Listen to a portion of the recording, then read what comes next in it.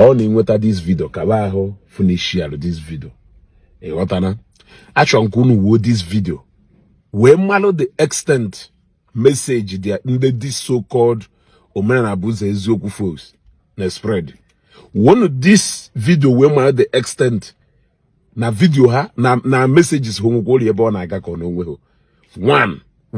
One of our sons in this Igbo land named Matthias host crusade na Enugu State ben na ye home advantage do there.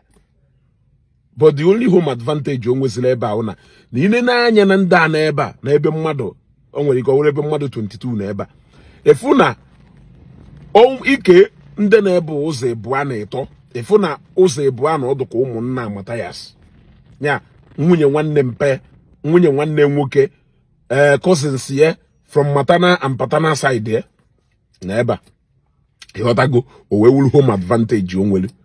This is when one of our sons, let me say one of our illustrious sons, the son of the soil, the powerful son of the soil, the first to reckon with, hosted a crusade of Ndo Omenala in his hometown, Enugu State, December this year.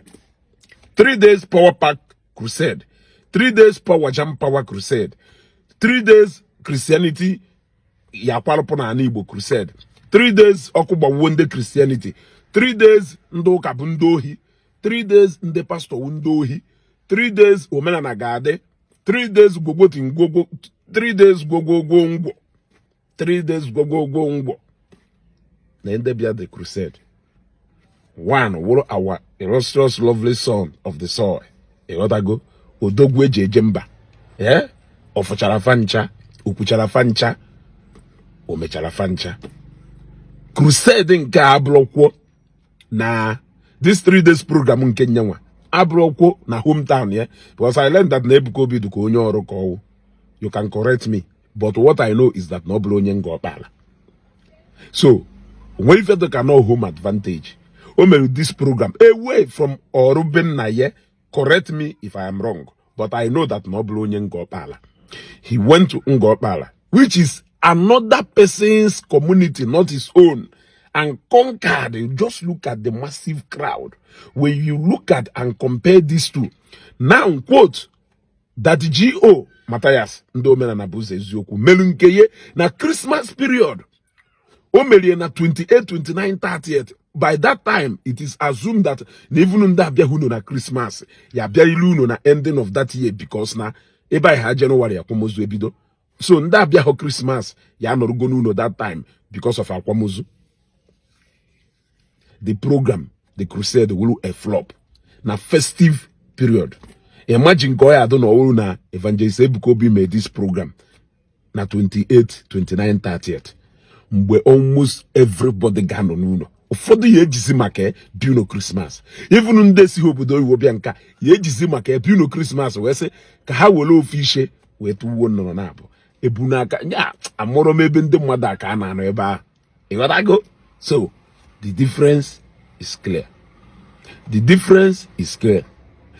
Matthias crusade in his hometown Enugu State versus Evangelist Ebuka Obi's crusade in Ngopala, different from Oro Bennaye. These are our two sons of the soil.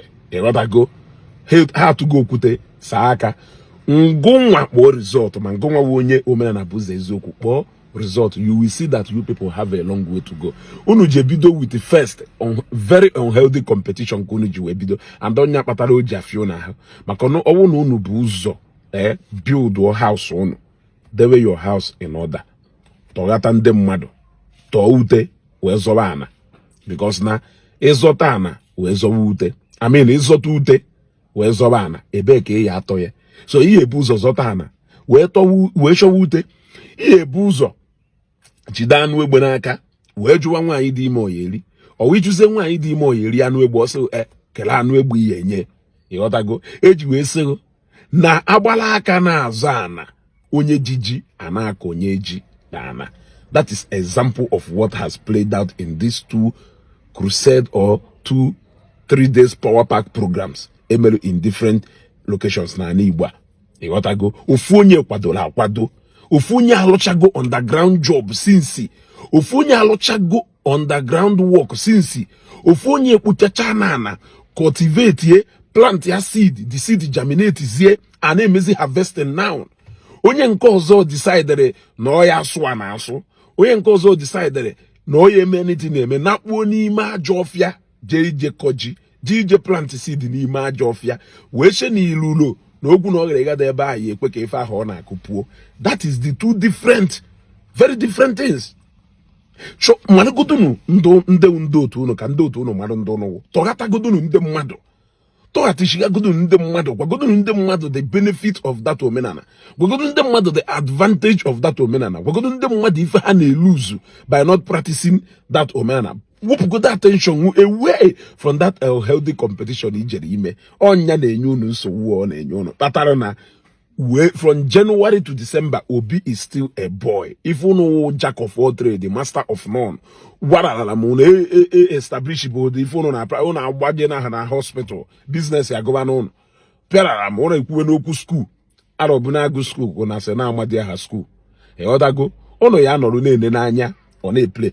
If no Mr. Okafor binido godechi niile si no ye mepe church.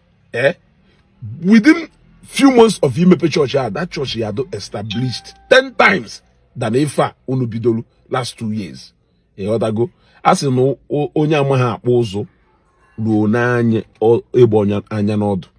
A other go, you learn from people who are far much better than you in that field. Ebe Sholeba. A other go, you don't have to start doing competition with them. It is very unhealthy. So watch these 2 videos, then you can confirm.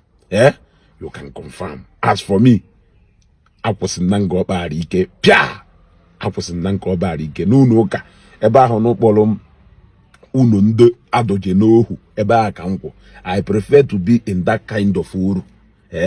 Carry in on amwelo nwa, unu devela hono no ne, o carry hetua. Ichi kumife, ebia ben nambia kuomife. Mana no we fi yemeu. Ya de na anya ebe oni uwe mana nwere ife ihe me iwe ki iwe chi iwe boy de sha e pipe kwalo